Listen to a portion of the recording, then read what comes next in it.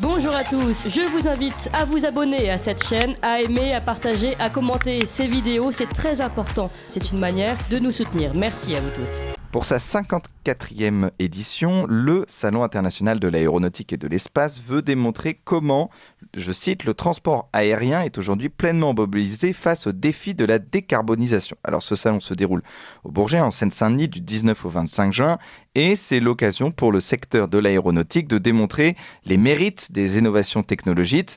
Elles sont présentées comme la solution miracle pour prétendre à la neutralité carbone d'ici 2050. Alors, développement d'aviation électrique ou à hydrogène, recours aux agrocarburants, aux carburants écologiques, l'industrie aéronautique l'assure, notre salut face à l'urgence climatique résiderait dans les avions dits verts.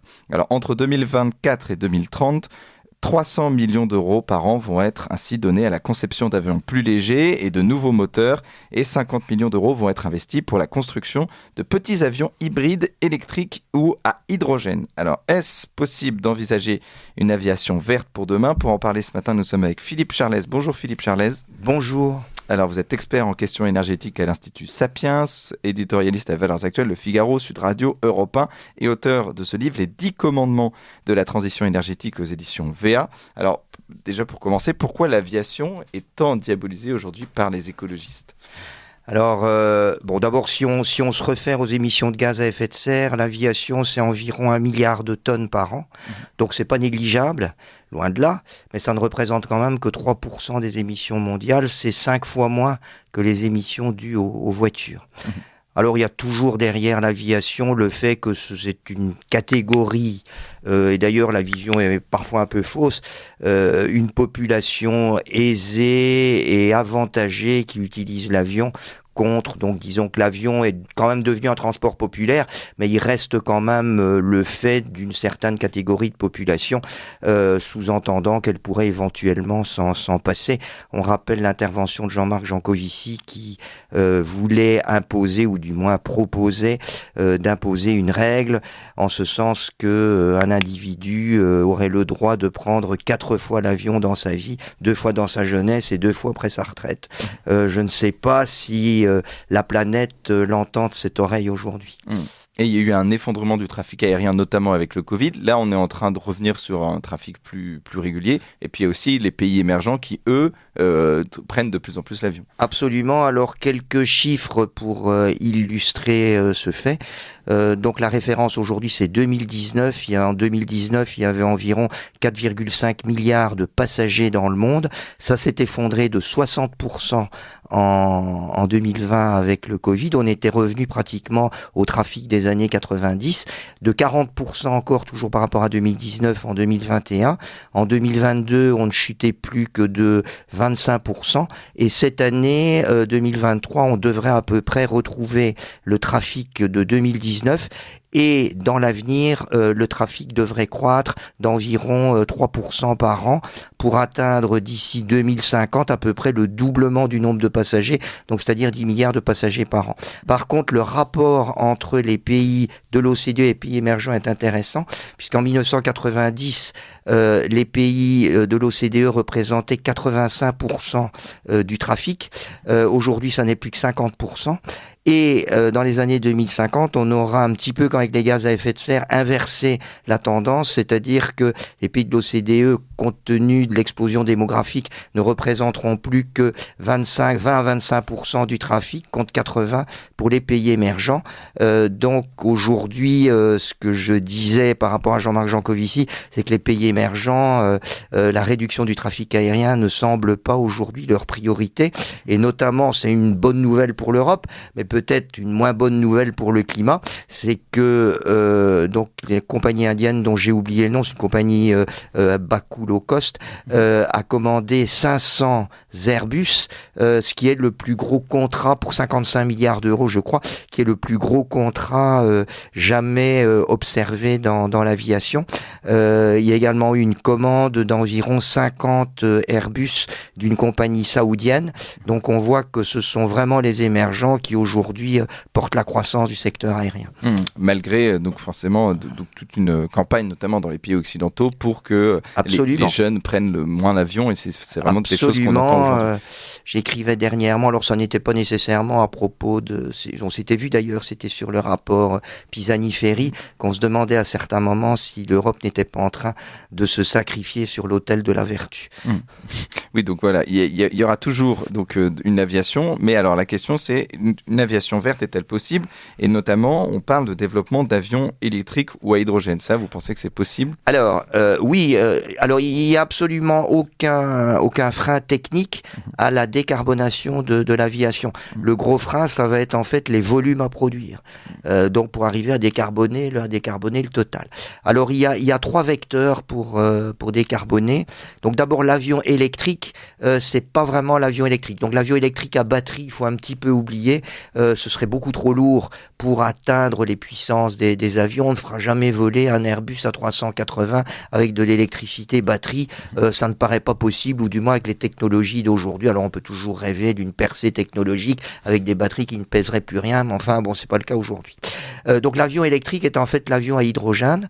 Donc il faut rappeler que l'hydrogène n'est pas utilisé comme un carburant thermique, mais comme un moyen de transporter son électricité avec soi. Donc en fait, avec de l'hydrogène, on refabrique, que ce soit dans une voiture, dans un train, mais ça peut être aussi le cas dans un avion, on refabrique son électricité à partir d'un appareil qui s'appelle une pile à combustible, qui va recombiner de l'oxygène et de l'hydrogène pour produire de l'électricité. Et puis derrière, on a un moteur électrique. Donc ce qui veut dire qu'un avion à hydrogène n'est pas un avion thermique, mais bien un avion électrique qui fabrique son électricité dans l'avion avec de l'hydrogène.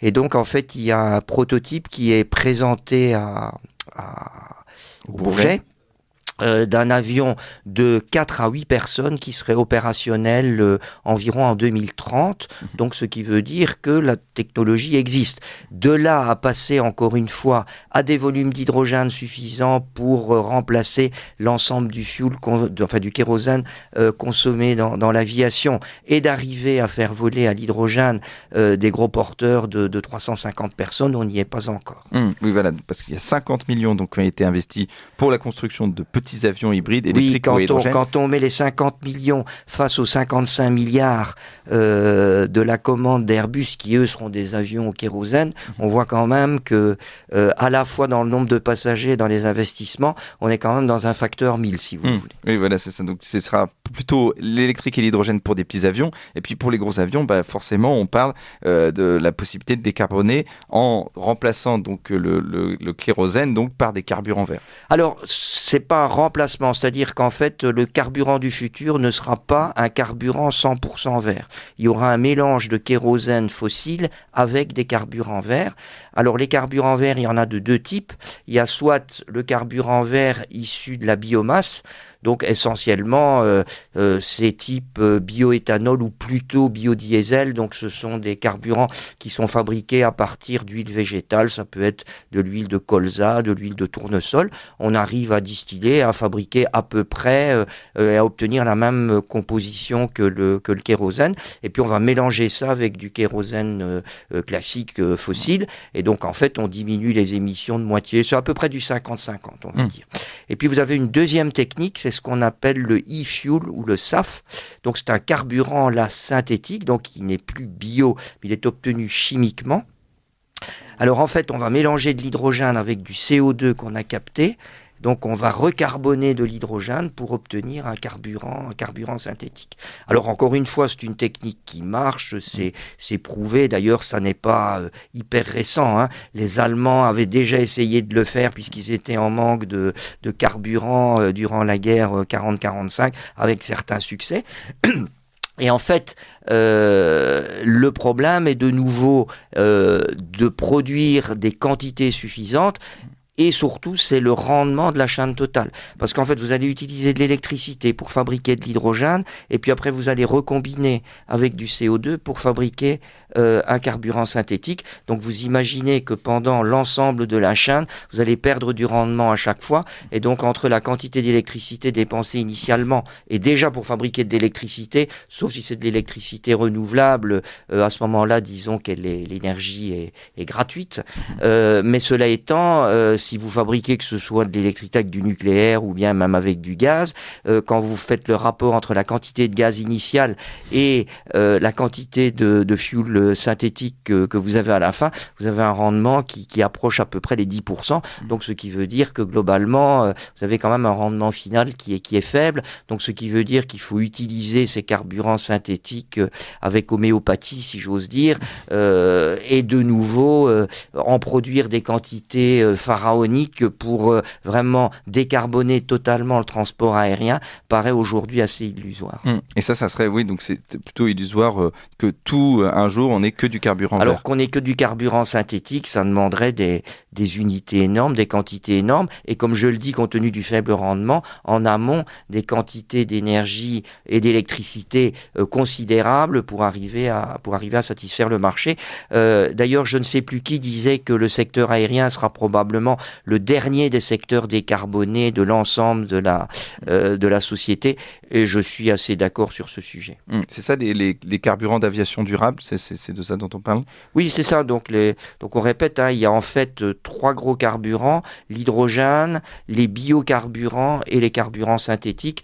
Aujourd'hui, il n'y a pas vraiment d'autres solutions. Alors, on imagine aussi, c'est intéressant à rappeler, mais ça, c'est pas encore opérationnel.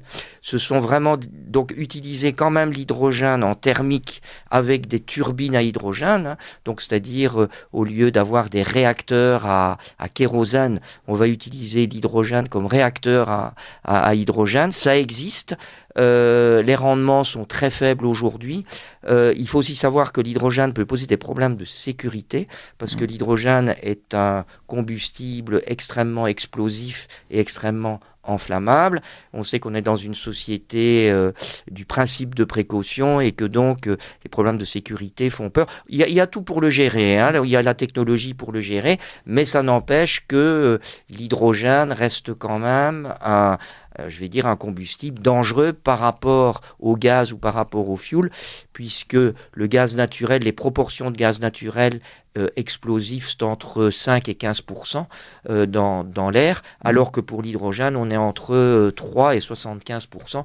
C'est-à-dire que l'hydrogène reste quand même très inflammable, c'est un fait. Alors, donc ce salon du Bourget, il assure qu'une aviation verte est possible. Ce que vous nous dites, c'est que ça sera peut-être des avions électriques ou par hydrogène, mais ça sera des petits avions et qu'aujourd'hui, donc... petits avions. Le fuel synthétique et le biofuel marchent pour les gros porteurs, ça, il n'y a pas de problème. Mais c'est la question des volumes. Voilà, donc la transition énergétique de l'aviation, elle passera donc par le carburant, Elle passera par le carburant, peut-être comme je vous ai dit, par de l'hydrogène avec des turbines à hydrogène pour les très gros porteurs, sachant qu'encore une fois, pour produire les volumes d'hydrogène nécessaires, il faudra en amont énormément d'énergie, et donc c'est quand même une débauche d'énergie initiale pour un petit flux d'énergie finale. Donc encore une fois, on est loin, très loin de la décarbonation du transport aérien, et la réduction, comme je vous ai dit, du trafic ne semble pas non plus pour aujourd'hui, ou du moins dans l'esprit des pays émergents. Donc une neutralité d'ici 2050, ça vous paraît compliqué ? Ça me paraît difficile, effectivement. Bon, alors on a quand même encore 30 ans, donc ça va évoluer. Le transport aérien sera partiellement décarboné en 2050, mais je ne crois pas à une décarbonation totale. Merci beaucoup Philippe Charlez. On rappelle que vous êtes expert en questions énergétiques à l'Institut Sapiens, éditorialiste à Valeurs Actuelles, Figaro, Sud Radio et auteur de ce livre Les 10 commandements de la transition énergétique aux éditions VA. Merci à vous.